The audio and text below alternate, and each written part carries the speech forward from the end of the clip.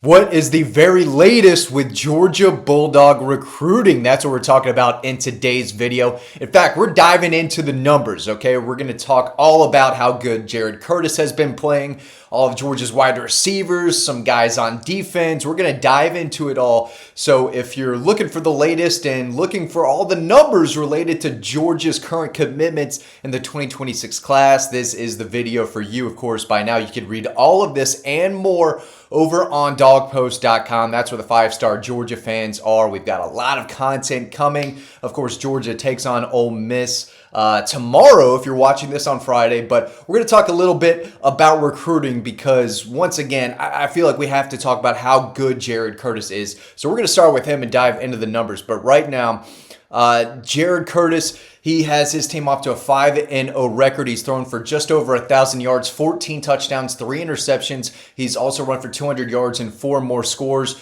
Those numbers are not jaw-dropping, especially for a guy ranked as the number 4 player in the country, the number 1 quarterback prospect in the country.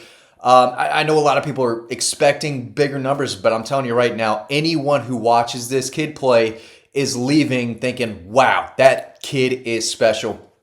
He has elite arm talent. He is one of the best high school quarterbacks I have ever seen. So when you watch him play, the kid is a baller. He can throw it all over the field. He can run. He is a lot better than his numbers indicate. But again, he's got his team off to a 5-0 record. He's launching the ball down the field. He's trucking linebackers. Doesn't play against the best competition. But I'm telling you right now, this kid is the real deal.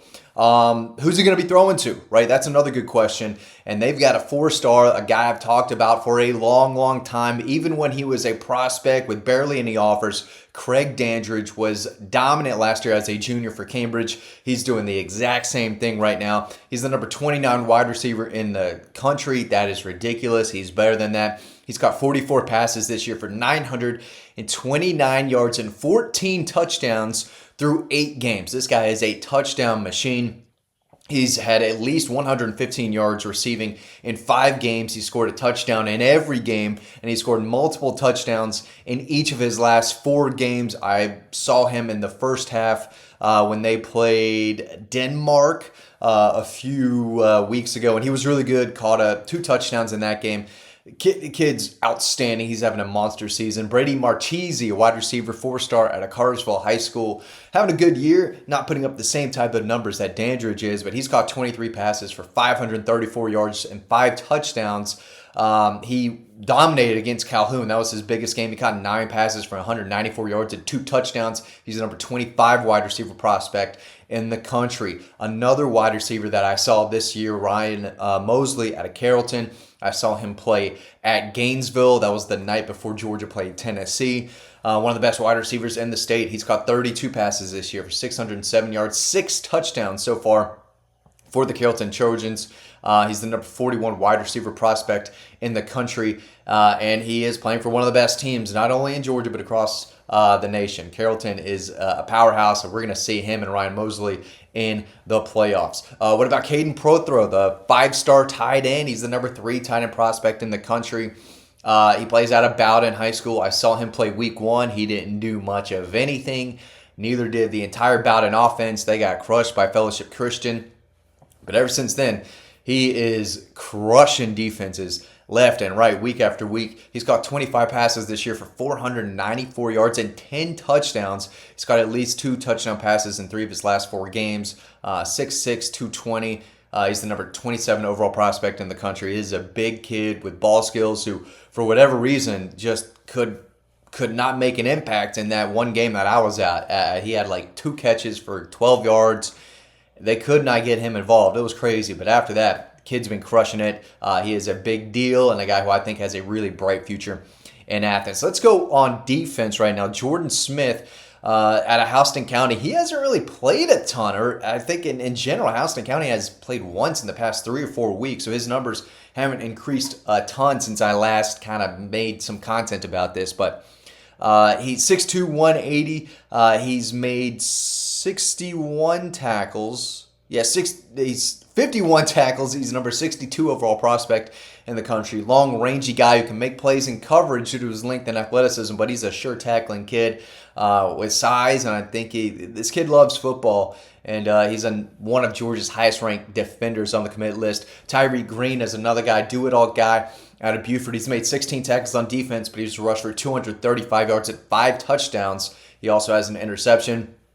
Tough, hard-hitting, physical safety. He's not the biggest guy, but he plays hard. He competes. Kirby Smart loves that aspect of him. So he is a do-it-all player at Buford. If you're in that area, go watch him play. Another guy who had a really good season, but he's injured now. Kamari Brooks, their only edge commitment in this class. He got banged up, I guess, last week. He's done for the season. His high school career is over, unfortunately. But leading up to that injury, he made 56 tackles, 20 quarterback hurries, 6 sacks, 1 strip sack, and a forced fumble, 5 tackles for a loss, 2 pass breakups on offense. He caught 12 passes for 246 yards, 4 touchdowns. He's the number 12 edge in the country, number 212 overall. I think if I have my notes correct, but he's a really strong pass rusher, really good athlete who I think when he gets to that room at Georgia and starts developing, I think he's got the tools, I think he's got the competitiveness, and I think he's got the toughness and the burst to turn into a really nice pass rusher and maybe a 3-down guy at Georgia. But the staff loves him, and he had a really, really good final season for North Oconee. Kenny Agboko, his brother, defensive lineman currently right now for the Dogs, he's crushing it on both sides of the ball for South Garner. He's the number 6 offensive tackle prospect in the country. Let's move this over here. He's made 35 tackles at defensive tackle, 20 tackles for a loss, 2 sacks, 2 forced fumbles. On the offensive line, he's made 29 pancake blocks, 6'6", 310. This could be a multi-year starter at tackle, but he is just wrecking dudes right now on both sides of the ball. PJ Dean doing the same thing. He's a 4-star defensive lineman at West Forsyth High School in North Carolina.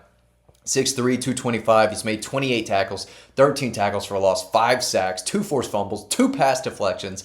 In 7 games, he's ranked as the number 8 defensive line prospect and the number 92 overall player.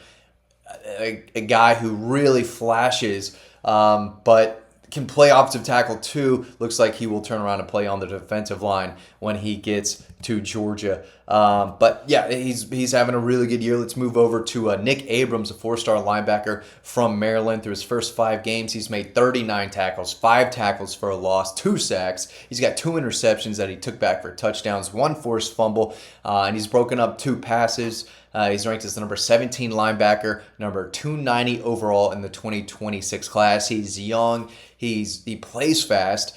He's got good instincts, and his best football is way ahead of him. But he's a natural defender who always finds his way to the ball carrier. So his highlights are impressive. We've written a story about him, and you could read about that over on dawgpost.com. Now, let's talk about some in-state guys. Keelan Jones, a 3-star safety out of Sprayberry, 6 foot, 180 pounds, one of their lower ranked commitments, but he's making plays on both sides of the ball for a promising Sprayberry program. He's made 26 tackles and a pick 6 defensively in coverage. He's also helping them at running back, 336 yards, 4 touchdowns, averaging just under 11 yards a carry. He's also caught 7 passes for 150 yards and another score. He's the number 47 safety prospect in the country. A promising guy, good athlete, not the biggest, not the fastest, but someone who is all business. And Georgia liked what they saw out of him when they brought him in for a camp. They offered him, I think, in January, pushed for him,